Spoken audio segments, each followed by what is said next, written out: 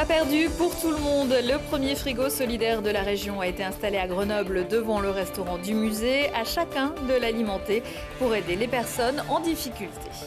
3 mois après un incendie volontaire, la casemate de Grenoble se reconstruit. Un certain nombre de nouvelles machines ont été livrées et le Fab Lab peut reprendre une activité normale. Et puis Grenoble compte 2 équipes de foot fauteuil électrique. L'une d'elles joue en National 1 et recevait il y a quelques jours la 3e journée du championnat de France au gymnase de Clé. Bonsoir à tous, ravi de vous retrouver dans ce JT du mercredi 28 février 2018. Toutes les heures à partir de 18h, c'est l'essentiel de l'actualité du Grand Grenoble en moins de 10 minutes. Les sans-abri ont la vie rude. Les températures négatives qui sévissent depuis quelques jours n'arrangent pas les choses, mais elles devraient bientôt remonter. Quel que soit le froid, l'une des urgences, c'est aussi de se nourrir. Pour lutter contre le gaspillage alimentaire et faire une bonne action, l'association Frigo Solidaire s'est associée au restaurant Le 5 à Grenoble et à son emblématique propriétaire Pierre Pavie pour proposer dans une armoire réfrigérée des produits en libre service, des dons. C'est le premier frigo solidaire installé en Rhône-Alpes, le 3e en France. Le matin, on sort le réfrigérateur vers 10h, 10h30. À ce moment-là, il est très souvent vide.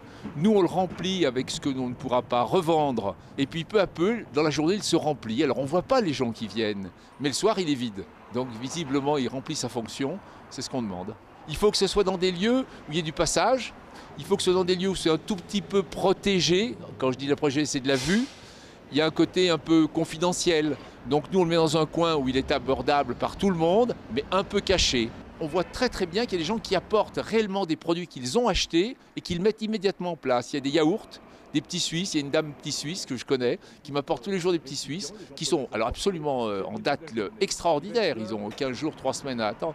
Il n'y a pas de souci, voilà. Le frigo est en place les soirs jusqu'à 23h. L'alcool et les produits déjà entamés sont bien sûr à éviter.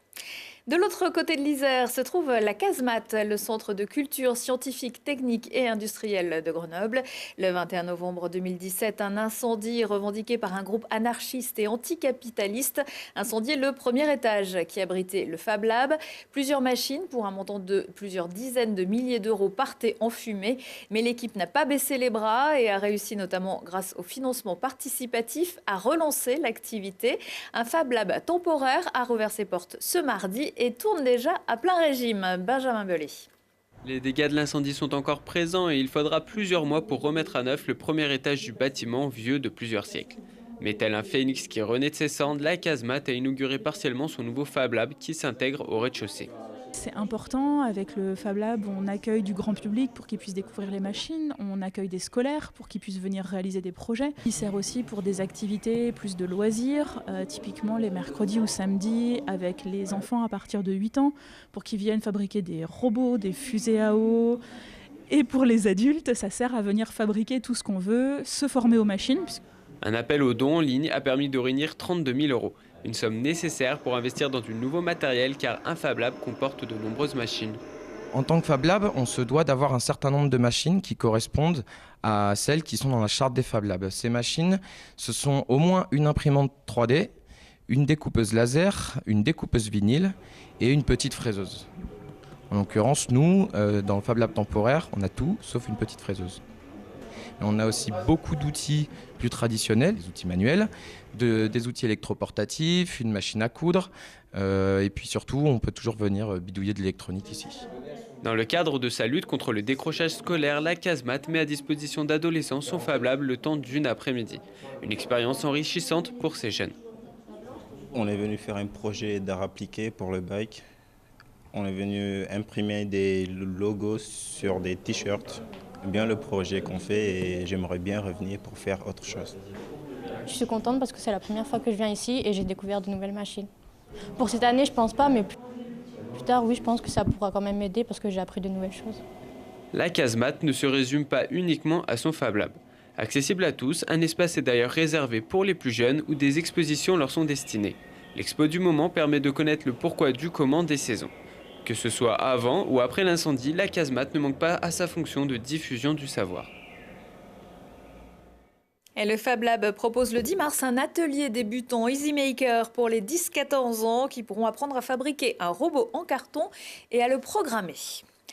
La direction régionale de la PJ enquête depuis plusieurs mois sur un réseau de proxénétisme suspecté d'exploiter des prostituées roumaines dans l'agglomération. Mardi matin, 6 personnes ont été interpellées dans la région grenobloise et placées en garde à vue. Il s'agit notamment d'un Roumain considéré comme le chef de réseau, de 2 prostituées et d'un hôtelier grenoblois. Vous n'avez pas de pétrole, mais vous avez des idées. La ville de Grenoble lance sa 4e saison des budgets participatifs depuis 2015. 31 projets ont vu le jour aux 4 coins de la ville. Citons ce mobilier urbain ou encore un mur d'escalade, un théâtre de verdure ou des jardins sur les toits. Vous avez un mois pour proposer vos idées directement en ligne sur le site budgetparticipatif.grenoble.fr ou dans les maisons des habitants. Une nouveauté pour cette 4e édition, le Forum des idées. Pendant une journée, tous les Grenoblois pourront venir échanger avec les porteurs de projets et présélectionner les projets qui seront soumis au vote en octobre prochain. Avant, ça s'appelait la ruche, mais là, c'est nouveau. Le gymnase Pompidou à Clé accueillait le week-end dernier la 3e journée de championnat de national de foot fauteuil électrique. Les Scorpions de Grenoble recevaient les équipes de Lyon, Saint-Étienne et Saint-Just-de-Rambert. Le foot fauteuil se joue à 2 équipes de 4 joueurs, dont un gardien, avec des fauteuils équipés de pare-chocs spécifiques. C'est l'unique sport collectif à destination des personnes en situation de handicap se déplaçant au quotidien en fauteuil électrique. Donc nous au GFFE on a 2 équipes qui sont engagées en championnat. On a une équipe qui évolue en D3 du coup. Et ça donc c'est la journée de notre équipe de nationale. Donc c'est le niveau le plus bas qui se joue sur une échelle locale en fait. On est la région sud-est qui est divisée en 2 groupes aussi. Et là c'est notre 2e journée de championnat. Donc on va rencontrer l'équipe de Saint-Just-Rambert et l'équipe de Lyon. Avant le match, j'essaye de beaucoup les motiver, de leur faire rendre compte qu'ils ont les qualités pour, ils ont les capacités. Donc il faut bien surtout les mettre en confiance et j'essaye de leur inculquer un peu une certaine hargne, une rage, comme moi quand je joue au foot, pour vraiment qu'ils vivent leur match du début à la fin. Bon, ça risque d'être un peu compliqué, mais le but c'est déjà de se faire plaisir avant tout. Et puis progresser, et puis voir toutes les petites failles et puis essayer de tout régler. Après la journée d'aujourd'hui. Et finalement, le GFFE s'est incliné face à l'équipe de Saint-Just sur le score de 2-1. Ça se complique pour les brûleurs de loups. Les hockeyeurs grenoblois sont désormais menés 2-1 en quart de finale de Ligue Magnus. Les Scorpions de Mulhouse se sont imposés mardi soir dans leur patinoire sur le score de 3-2 après prolongation. Grenoble peut encore recoller au score ce mercredi soir en Alsace. Le club qui arrive à 4 victoires est qualifié pour les demi-finales. Le FCG va se séparer de 18 joueurs actuels, dont Arnaud Egui, à la fin de la saison. Le club de rugby grenoblois, qui devrait jouer les phases finales de Pro D2, veut faire évoluer le groupe vers plus d'équilibre. Une info sur laquelle reviendra Lucille Dailly dans Terre de Rugby ce mercredi à 21h15. Prochain rendez-vous avec l'actu dans 1 heure et en replay sur telegrenoble.net. On se quitte avec quelques images du gala de patinage mardi soir au Palais des Sports. Aux côtés des patineurs du club de la métropole, les médaillés olympiques Gabriela Papadakis et Guillaume Cizeron étaient venus fêter la fin des célébrations du 50aire des JO de Grenoble. Excellente soirée à tous. Ed Sheeran donc.